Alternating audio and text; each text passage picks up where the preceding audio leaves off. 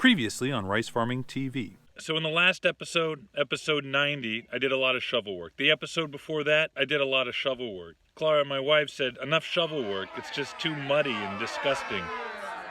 1 week later, today. Clara, my darling, this is a love poem to my shovel.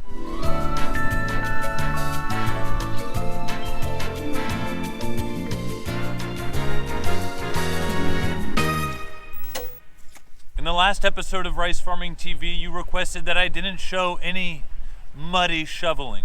I'm sorry, but the people have spoken.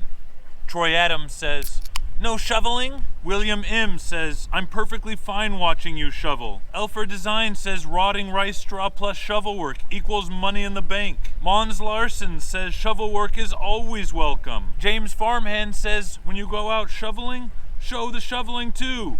Wife is incorrect. Sorry, wife. Peter says, shovel dance. And just look what happens in the thumbs down section when I don't show any shoveling. So guys, you asked for it. Here's a bit more shoveling. We're back at it, as usual this time of the year. And also, for your enjoyment, my personal love poem to my shovel. I hope you enjoy.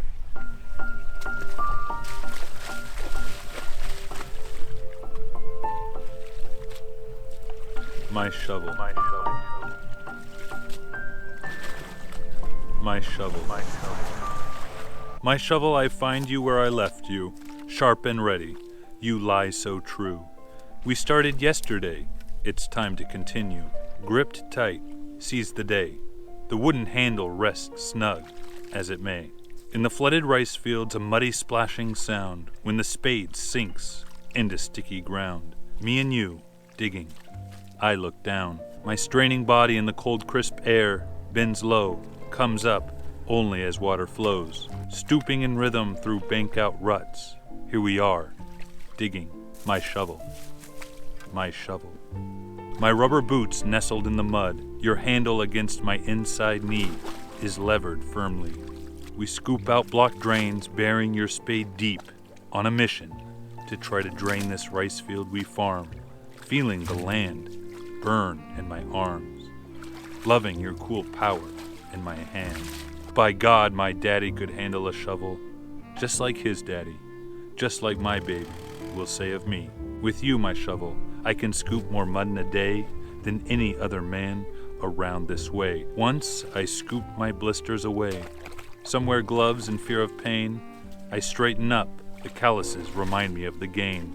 Swiping and slicing furiously, heaving mud over my shoulder, going down and down for the good flow of winter water, digging. The cold smell of decomposed straw, the squelch and slap of soggy decomposition, the sharp cuts of an edge, a reminder of last year's crop living in my head. But without you, my shovel, this cycle could not tread. Grip tight, we're ready for the day. With you, dear shovel, I live, and I'll dig with you until I die. My shovel, with all my heart, I thank you, my shovel. Robert Austin actually has a great question from last week's video. He asks, this is probably a really dumb question. No, but how long does it take a field to drain? The terrain looks flat, so it seems like it would take the water a long time to flow anywhere. Robert, it's a great question. Thank you for asking it, and it kind of really depends. Yes, the fields do look flat, but there is a slight grade, so from one end of the field to the entirely bottom of the field, probably a couple inches difference. We really drain the fields twice per season. Once of the winter water, as we're doing now, and again right before harvest, draining that irrigation water off the field when the rice is ripe so that we can get in with our heavy combines and start harvesting. And when we drain for harvest, by the way, if you want to take a look at that video, you can go all the way back to episode 3 of Rice Farming TV titled Physically Draining. Wait, what's it called? No, Draining, Physically Draining. I'll link to that in the description. But it takes the water a bit longer just to flood off because we have the entire lush stand of rice that's in the way. It's not just an open plain of dirt. Once we pull the boards, we like to give it at least 20 days, 3 weeks before we would feel comfortable getting into the field. And there's a balance there because we want to harvest the rice at an optimal harvest moisture.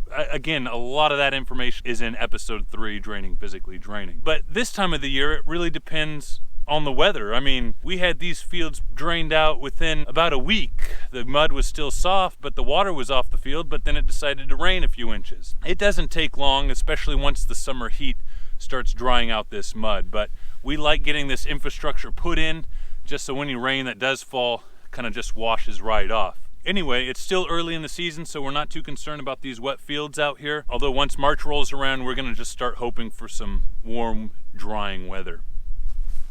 Great question.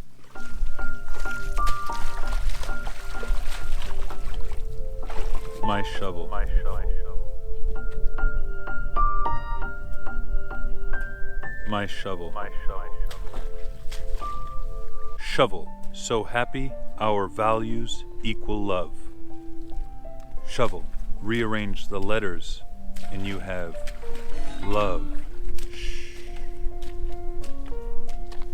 The Wilderness Survivors also had a great question on last week's no shoveling video, and that was, hey Matthew, do you have any settling ponds to help prevent erosion? And that was a question I actually got a lot from a lot of you during all these shoveling videos, and I think it might be because all the shots I was showing you is where I was walking in my hip boots or shoveling the mud, so I was kind of stirring up and loosening up the mud.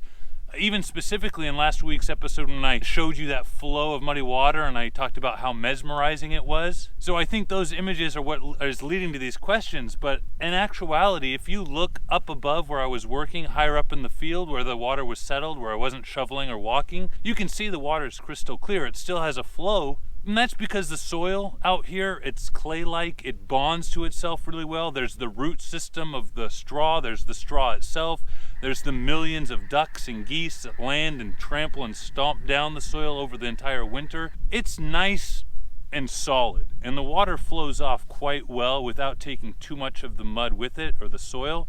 I'm sure a bit does. I mean, as we can see where I'm shoveling and where Pops drives the bank out through, that's been worked up a bit. But it's not like this entire plane of soil behind me is just kind of flowing off with the water. We've been farming these fields out here. I mean, collectively, all these farmers out here have been farming rice for 100 years, and we're not shipping in soil from other places. We're just kind of re-leveling the ground and things like that. So it's a sustainable monoculture, rice on rice, year after year after year. We're not losing much soil out here. No, and no, we don't have any settling ponds. But great question. Thank you very much.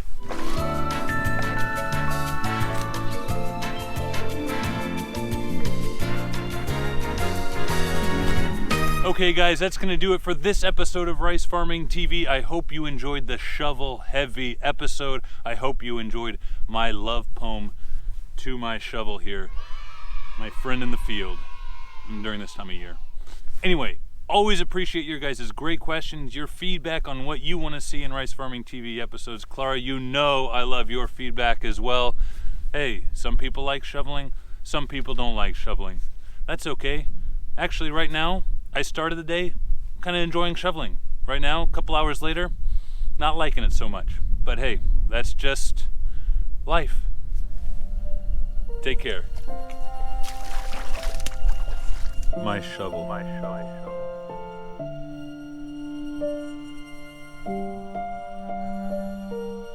My shovel, my shovel.